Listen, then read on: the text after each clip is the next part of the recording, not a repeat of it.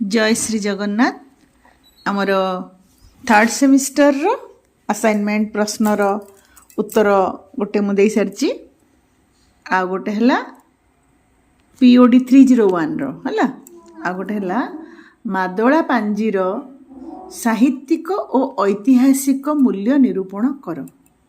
प्रश्न तार उत्तर ओडिया गद्य साहित्यर इतिहास रे मादला पांजीर भूमिका अत्यंत गुरुत्वपूर्ण। यह श्री जगन्नाथ मंदिर राजकीय तथा दैनंदिन घटनावलीर एक गद्यात्मक लिखित विवरणी। विशेषकर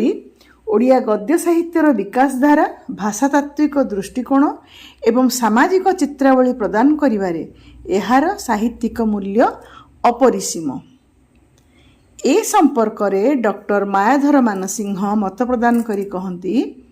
छिन्न विच्छिन्न भावरे आमे पांजीर पृष्ठा मानकरू प्राचीन ओडिशार जो केते गोटी सामाजिक चित्रावली पाऊ ताहा भी मोहक। सेहीपरि निखिल भारत गवेषणा सम्मेलन रे बंग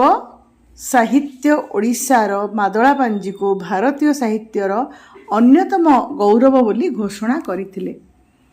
डॉक्टर खगेश्वर महापात्र विश्वास करती जे सारला महाभारत उपरे मध्य मादला पांजीर प्रभाव पड़िछि। पंडित सूर्यनारायण दासଙ୍କ अनुसार मतानुसार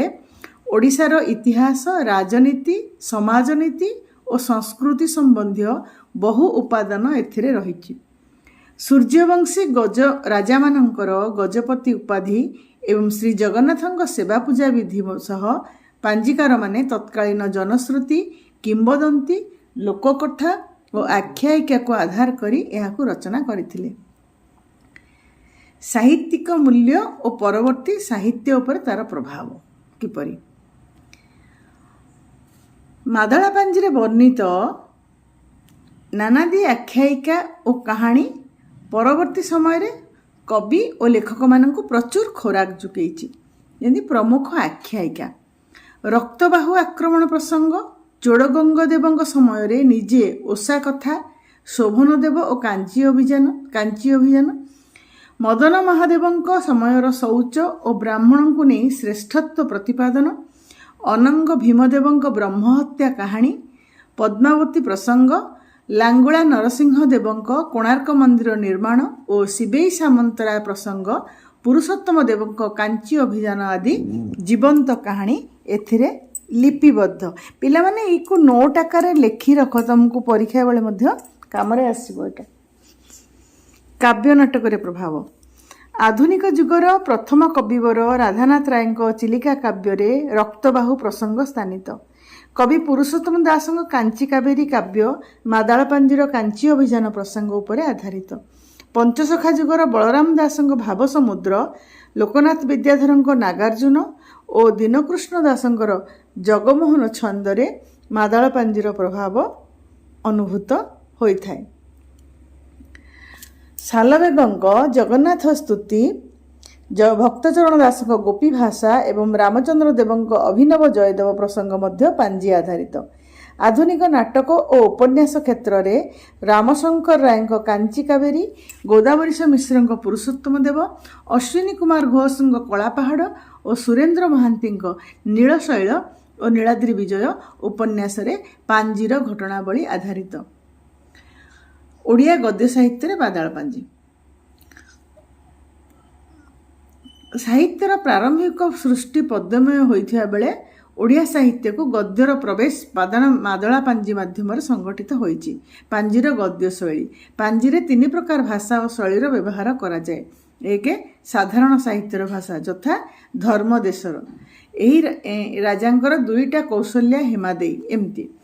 तापर आ गोटे मुदलर भाषा यथा श्री वीरश्री गजपति गौडेश्वर नवकोटी कर्णाटक वर्गेश्वर हुकुमनामा बा घोषणार भाषा एगो पिला ने पॉइंट करके लिखिबो। छामुटिया भाषा जाओ कहती यथा हो महाराजा माने शुण वचन अपरिहित शुणुथिबा। भाषाविद को मत प्रसिद्ध भाषाविद डॉक्टर सुनीति कुमार चैटर्जी निखिल भारत बंग सम्मेलन रे कहिथिले जे ओडिया गद्य रे लिखित एही मादला पांजी भारतीय साहित्यर एक विशेष लक्षणीय सृष्टि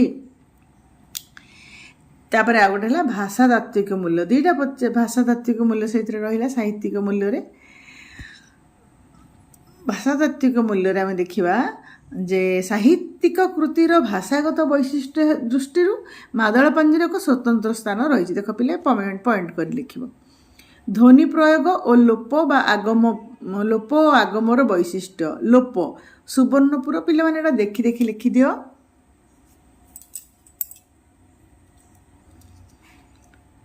शब्द प्रयोगर वैविध्य तत्सम शब्द महाप्रसाद सुवर्ण श्री परमेश्वर ब्राह्मण राजनीति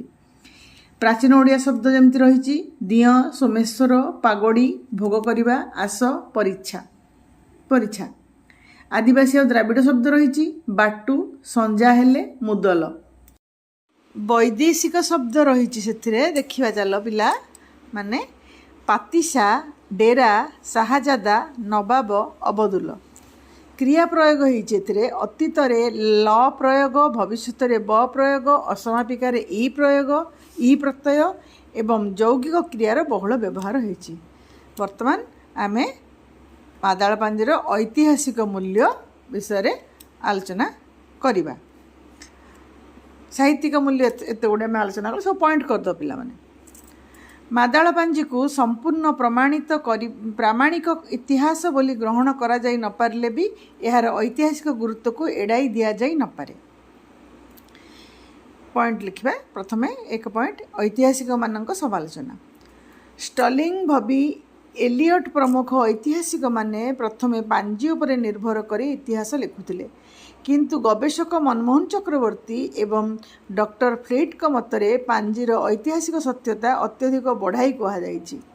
तालपत्र रे बारंबार नकल करा जिवा फल संख्या तारीख और घटनावली रे अनेक भूल रही जाइछि ऐतिहासिक तथ्यर सत्यता पांजीरे अनेक किंबदंती और अलौकिक कहानी मिसिथिले मध्य कपिलेन्द्र देवଙ୍କ राजत्व शिवेई सामंतरा कोणार्क गढ़िया कथा एवं जगन्नाथ सेवा पूजा और राजा मानकर वंशावली संपर्कित सूचना संपूर्ण सत्यहीन नुहे यह ओडिशार राजनैतिक और सांस्कृतिक इतिहास एक बलिष्ठ आधार तापर हम देखिबा शेष रे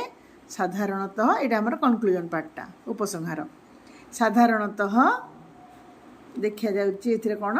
ना मादल पांजी हेउछि ओडिया गद्य साहित्यर आदिम रूप और ओडिशार सांस्कृतिक इतिहासर एक प्राणवंत दलील शिलालेख और सनंद भाषा सहित यार सामंजस्य रहिबा सह ओडिया भाषार क्रम विकास को बुझाइबारे यह मुख्य साधन केवल शुष्क इतिहास न होई यह ओडिया जातिर साहित्य भाषा धर्म और संस्कृतिर अनन्य संपद भावे सदा आदृत पिला माने एटा हमर लॉन्ग क्वेश्चन गला तीनटा जाक लॉन्ग क्वेश्चन दिया जाउछि असाइनमेंट रो तुम लिखि रखिबो जोटा कि हमर फाइनल एग्जाम बेलको मध्य काम रे आसीबो।